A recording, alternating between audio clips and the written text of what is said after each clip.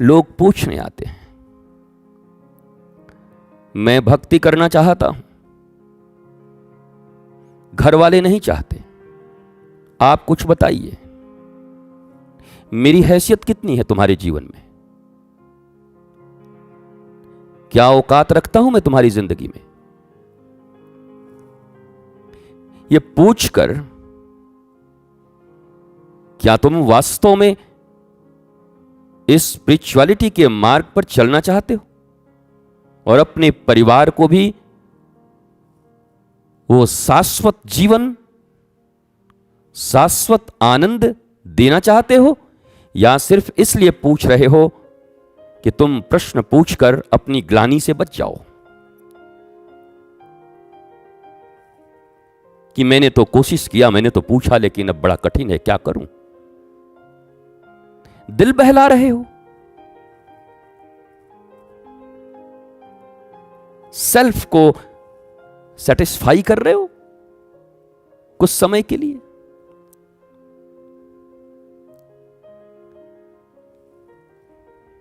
अपने किए अपराधों में साथी बनाना चाहते हो किसी को,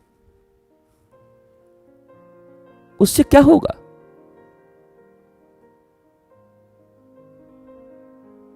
जहर खा के तुम अगर यह साबित भी कर दो कि क्या कहूं इसने खिलाया है, तो बच थोड़ी जाओगे। उसने खिलाया कि खुद खाए हो कि सही खाए, कोई गलत से खा लिए हो, उससे क्या फर्क पड़ता है जहर को। जहर अंदर चली गई तो तुम्हारा नाश होगा, मरोगे। ये ट्रूथ है, ये सत्य है। कैसे गया ये महत्वपूर्ण नहीं है, वो अपना काम करेगा। वैसे ही जो जीवन में स्पिरिचुअल नहीं हो पाए, आध्यात्मिक नहीं हो पाए, जिन्होंने बरसों पहले एक नीति चली,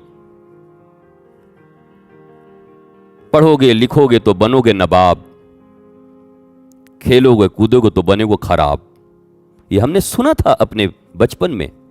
अब समझता हूं कितने नादान लोग थे वो किस पढ़ाई की बात कर रहे थे और किस खेल और कूद से वो दूर कर रहे थे। कूद तो मैं एक ही जानता हूं, हनुमान कूद, इधर से उधर कूद गए लंका की तरफ। ये तो अच्छी थी कूद, खेल तो अच्छा था। जीवन के इस संसार के इस रंग मंच पर एक अच्छा नाटक करने को तुम्हें मौका मिला है और तुम सीरियस हो गए। एक्टिंग करते करते तुम भूल गए कि तुम कुछ और हो, एक्टिंग करने आए हो। तुमने एक्टिंग को ही सत्य मान लिया। हमने कभी नहीं देखा कि अमिताभ बच्चन कुली का रोल करने के बाद और खूब रोने लगा घर जाकर के, क्या हुआ, अरे मैं कुली हो गया, बर्बाद हो गया। अब पत्नी समझा रही, नहीं नहीं नहीं, आप अमिताभ बच्चन हैं, सुपरस्टार हैं, बहुत पैसे हैं, चिंता मत करिए। अरे कुली हो गया भाई, देखो कपड़ा देखो, कुली हो गया मैं। उसको पता है वो सेट पे कुली के कपड़े पहना है, फिर अपना मस्त जलसा में जलसा मना रहा है, प्रतीक्षा में लोगों को प्रतीक्षा करवा रहा है कि मिलता हूं, भी रुक जाओ। ये दोनों बंगले के नाम हैं अमिताभ बच्चन के, प्रतीक्षा और जलसा।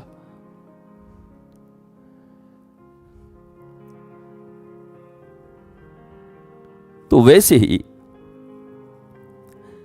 आपको भी एक जीवन मिला 70-80 ईयर्स के लिए। तुम इतने कनिंग हो गए, तुम इतने षड्यंत्रकारी हो गए, तुम इतने परेशान हो, खुद भी दूसरों को भी परेशान करने लगे। अपने ही मन से अपना मर्डर करवा रहे हो और उस मन से न जाने कितने का मर्डर कर रहे हो। तुम स्पिरिचुअलिटी से इसलिए दूर हो कि तुम अपने मन के अधीन हो। तुम्हारी जितनी भी शिकायतें हैं किसी और से नहीं हैं, तुम्हारे मन ने तुम्हें गुलाम बनाया हुआ है और तुम अपनी मन की गुलामी का भार दूसरों के ऊपर सौंपते हो। इसके कारण मेरा काम नहीं हुआ, इसके कारण मेरा काम नहीं हुआ, ये मेरा काम नहीं होने दे रहा है। अरे तुम तुम्हारा ही कुछ नहीं होने दे रहे हो, खुद के दुश्मन बने बैठे हो। और चूंकि खुद को दुश्मन तुम नहीं मान सकते, सहजता से स्वीकारोक्ति नहीं होगी, इसलिए तुम सारी दुनिया में दुश्मन खोजोगे। और इस दुनिया की वर्तमान जनसंख्या 8 अरब की है। एक एक सेकंड भी अगर लोगों पर दोगे तो समय नहीं है तुम्हारे पास, उसके पहले ही निकल जाओगे। और या चाहो तो आज अभी इसी वक्त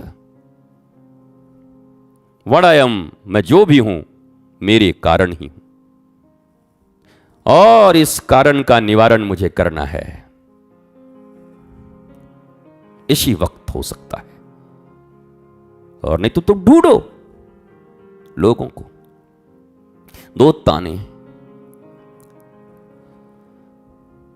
गाओ, बेसुरे गाने।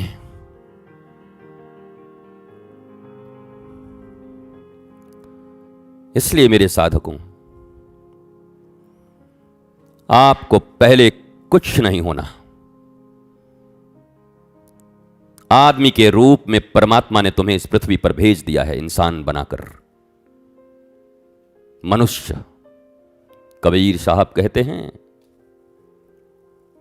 हरि कृपा तब जानिए जब दीन हम मनुज अवतार। उन्होंने भेज दिया है बनाकर मनुष्य। अब सब तुम्हारे हाथ में है, गुरु के हाथ में भी कुछ नहीं है। गुरु पोला है, खाली है,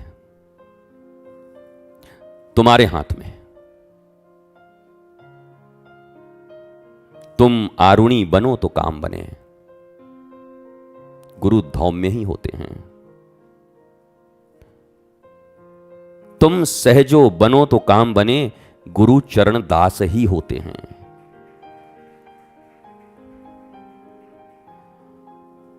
तुम सबरी बनो तो काम बने, गुरु तो मतंग ही होते हैं। देर तुम में है, मुझ में है, और मैं सारी दुनिया पर उंगलियां उठाए हुए हूं।